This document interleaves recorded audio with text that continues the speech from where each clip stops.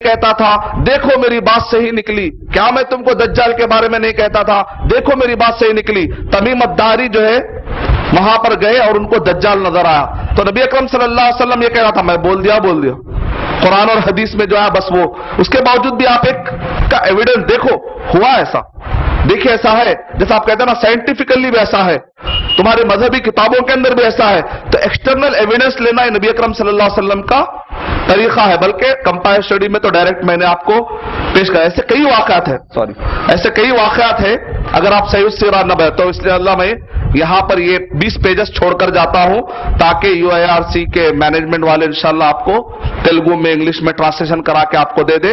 Future में अगर कोई भी आए तो डेस्क खोलना, ये पेपर उनको दे देना, बोलना हमको दावती काम करने दीजिए, जब तक आप ये पढ़े इंशाल्लाह हम दावती काम करके आते, बोलना, टाइम वेस्ट नहीं करना, क्योंकि बहुत कम दाई है पहले से। लेकिन मैं आपको जरूर ये कहूंगा, इब्ने क़य्यिम रहमतुल्लाह अलैह का एक जुमला जरूर आपको बताऊंगा मैं, जो शख्स सिर्फ दूसरे मजहबी किताबें पढ़ता है और इस्लाम को नहीं पढ़ता, तो उसकी मिसाल ऐसी है जैसे कि वो आदमी कैपिटल से ज्यादा प्रॉफिट की चक्कर में, कैपिटल पहले सेव करना चाहिए ना, दूसरा आदमी वो है कि जो सिर्फ इस्लाम को पढ़ता है लेकिन दूसरे मजहबी किताबें या दूसरे मजहबों के बारे में नहीं जानता, तो उसको कभी भी इस्लाम की अच्छाई खुल के समझ में नहीं आ सकती। जब आप अंधेरे को देखेंगे, जब आप अंधेरे को देखेंगे तो तब आपको रोशनी का एहसास होगा। इसलिए जब आप कुरान मजीद पढ़ते हैं, इस्लाम पढ़ते हैं, तो जरूर दूसरे मजहबों के बारे में जानिए, तब आपको पता चलेगा अल्हम्दुलिल्लाह कितने बेहतरीन लॉजिक वाले और कैसे बेहतरीन समझ में आने वाले इस्लाम के अंदर अल्हम्दुलिल्लाह, और दूसरे मजहब वाले कितने गुमराहियों में और कितने अंधेरे में। और तीसरे किस्म के वो लोग हैं, यानी पहला किस्म वो है कि एक आदमी को ना इस्लाम मालूम ना कंपैरेटिव स्टडी मालूम, दूसरे मजहबों के बारे में कुछ भी नहीं मालूम, तो ये आदमी कुछ भी काम का नहीं है। ये लोग बस जानवर की तरह लाइफ गुजार रहे, ना इस्लाम मालूम ना दूसरे मजहबों के बारे में। दूसरा आदमी कौन है? जिसको इस्लाम के बारे में भी मालूम है और दूसरे मजहबों के गुमराहियों के बारे में मालूम है। ये आदमी है जो इस्लाम का चस्का समझ सकता, ये आदमी है जिसको इस्लाम का सेंस समझ में आएगा, रियलिटी समझ में आएगी। तीसरे किस्म का वो आदमी है जो इस्लाम समझता है लेकिन दूसरे मजहबों की गुमराहियां नहीं समझता, इसको इस्लाम की हक़ाने समझ में उतनी नहीं आ सकती। और चौथा वो है जो दूसरे मजहबों के बारे में खूब जानता है लेकिन इस्लाम के बारे में कुछ भी नहीं जानता, तो ये आदमी भी सरासर नुकसान में। तो बेहतरीन आदमी कौन है? जो इस्लाम के बारे में भी ज्यादा मालूमात हासिल करे और दूसरे मजहबों की गुमराहियां भी मालूम करे, तब जाके वो खुद भी अच्छा ईमान वाला होगा, दूसरों को समझाने में भी उसको मदद मिलेगी। और मजीद मैं आपके लिए कुछ किताबें लाया हूं आसानी के लिए, अगर आपको इब्ने कसीर आपके घर में अगर नहीं है, इब्ने कसीर अगर है प्रीफेस खोल के पढ़ा दीजिए, या नहीं तो अभी मैं आपको 20 सफ़े जो UIRC के पास मैं जो लाया हूं, जिसके अंदर सिर्फ नबी अकरम सल्लल्लाहु अलैहि वसल्लम जो आपने दूसरी मजहबी किताबें आपने कोट की वो अरबी में है, उसका तेलुगु में इंग्लिश में ट्रांसलेशन, या तो ये घर में रख लीजिए आप समझाने के लिए, या बहुत आसान है। देखिए आप डॉक्टर मोहसिन खान, ये मदीना यूनिवर्सिटी की तरफ से मुजम्मा मलिक फहद में इंग्लिश ट्रांसलेशन की जिम्मेदारी इनको दी गई ऑफिशियली। जब यूसुफ अली, इससे पहले जो तर्जमा था वो शेख यूसुफ अली का इंग्लिश में तर्जमा था, लेकिन उसके अंदर चूंकि वो बोहरे थे और कई उसके अंदर शिया की बातें आ गई थी, तो लिहाजा सऊदी अरब में उस पूरे कुरान मजीद के नुस्खों को जलाकर फिर इस कुरान मजीद को प्रमोट किया। इसका तर्जमा, वो ट्रांसलेशन जो उन्होंने किया था और जो उसके अंदर प्रीफेस थे, उसके अंदर कई बातें शिया की और बोहरों की आ गई थी उसके अंदर, और आखिरत के बारे में, फरिश्तों के बारे में तावीलात कर दिए थे, वो मेटाफोरिकल ऐसे कुछ बातें। तो लिहाजा उसको सऊदी गवर्नमेंट ने वो ट्रांसलेशन और वो तफसीर को जलाकर उसको बर्खास्त कर दिया।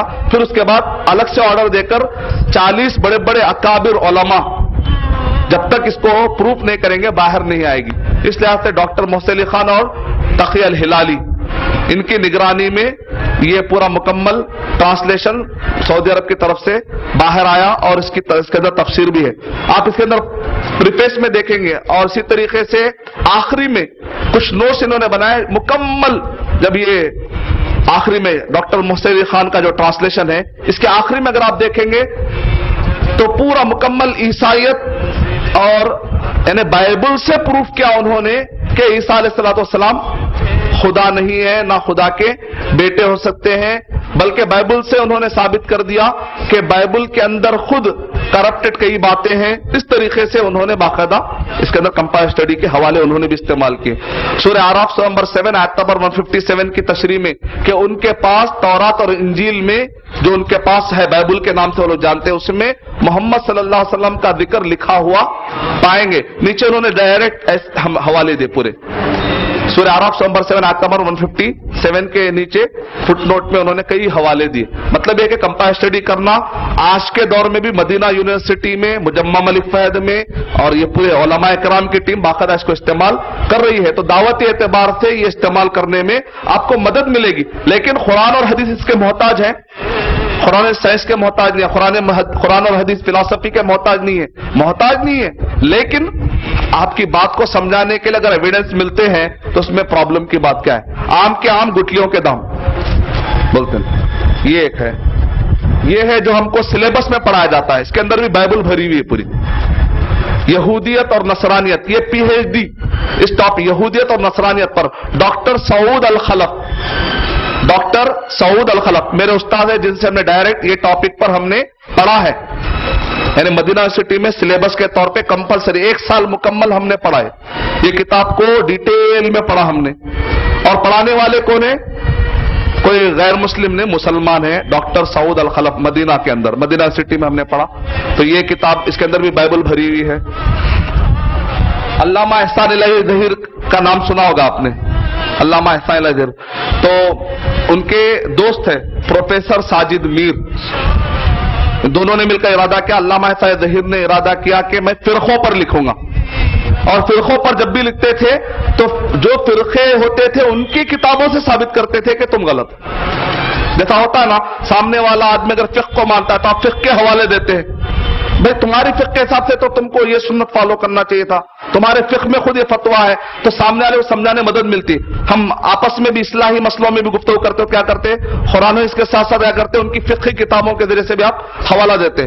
تو علامہ احسان ظہیر جو اصلاحی فرقے تھے اس پر انہوں نے گفتگو کی، اور ان کے دوست نے کہا جتنے ادیان ہیں اس پر میں کتاب لکھوں گا۔ تو اس کے اندر بھی پوری بائبل، انسائکلوپیڈیا بریٹانیکا، وہ سارے چیزوں کے ذریعے سے انہوں نے ثابت کیا کہ عیسائیت کتنا کھوکھلا مذہب ہے، اس کے اندر کیا کیا کمزوریاں پائی جاتی ہیں۔ یہ طریقہ ہے علماء کرام کا۔ اس کے اندر بھی بہت سارے کمپیریٹو اسٹڈی کے حوالے موجود ہے۔ یہ جو سوڈان میں، مصر میں، مختلف جگہوں پر مناظرے ہوئے تو ماشاءاللہ عرب کے علماء کا انداز کیا ہوتا ہے، ہاؤ ٹو ڈیفیٹ کسٹمر نہیں ہے، یعنی آپ نان مسلم کو ہرانا نہیں چاہیے بلکہ نان مسلم کا دل جیتنا ہے، how to win the customer, یہ پالیسی پر کام کریے آپ، یعنی ان کو ہرانا، ان کو ذلیل کرنا کریں تو اور زہریلے ہو جائیں گے وہ، اس لیے غیر مسلم کو ہرانا نہیں ہے ٹاپک، غیر مسلموں کو جتانا ہے، ان کو جہنم سے بچا کر۔ نتیجہ کیا نکلا، اس کے اندر جو ہے جتنے بھی لوگ مناظرہ کرنے آئے تھے ماشاءاللہ پروگرام ختم ہونے سے پہلے مناظرہ کرنے والے پورے کلمہ پڑھ لی۔ اس کا نام انہوں نے رکھا مناظرہ بین الاسلامی والنصرانیہ، اس کو مناظرہ کبرا بھی بولتے ہیں، بہت بڑا مناظرہ، یہ بالکل 10 سال سے پہلے پیش آیا، الحمدللہ اس کی وجہ سے کافی اثر پڑا۔ اظہار الحق، یہ بھی بہت بڑے عالم ہیں اس کے اندر بھی، یعنی کہ حنفی اگر کہتے ہیں کہ بھئی نہیں ہمارے پاس کے علماء کی مثال دیجئے تو ایک حنفی عالم تھے، لیکن بہت معتدل عالم تھے۔ اس لحاظ سے آپ جو بھی مسلک کے علماء پائے جاتے ہیں، علامہ امام خرافی شافعی عالم تھے، انہوں نے کتاب لکھی اجوبہ الفاخرہ للاسئلہ الفاجرہ۔ حنفی عالموں میں اظہار الحق، سلفی عالموں کے اندر علامہ ثناء اللہ امرتسری، ہدایت الحیارہ فی اجوبۃ الیہود والنصارى، اس کے اندر 70% بائبل بھری ہوئی۔ یہ کس کی کتاب ہے؟ ابن قیم رحمۃ اللہ علیہ کی۔ کتنے بڑے شخصیت ہے، کوئی معمولی شخصیت نہیں، ابن قیم رحمۃ اللہ علیہ۔ یہ کتاب کے اندر عیسائیوں کی تاریخ بڑی اچھی ملتی ہے، اس کے اندر بھی 70% بائبل بھری ہوئی ہے۔ اس کے اندر 35 جگہ پر محمد صلی اللہ علیہ وسلم کا ذکر جو بائبل میں آیا وہ بتائی گئی۔ کس کی کتاب ہے؟ ابن تیمیہ رحمۃ اللہ علیہ کی کتاب، ابن تیمیہ رحمۃ اللہ علیہ۔ اب اگر کوئی شخص کہتا ہے کہ بھئی یہ سارے عالم تھے، میں ان کی بات نہیں مانتا، میں تو صرف قرآن و حدیث کی بات مانتا ہوں، میں قرآن و حدیث سے ثابت کرو کہ نبی صلی اللہ علیہ وسلم نے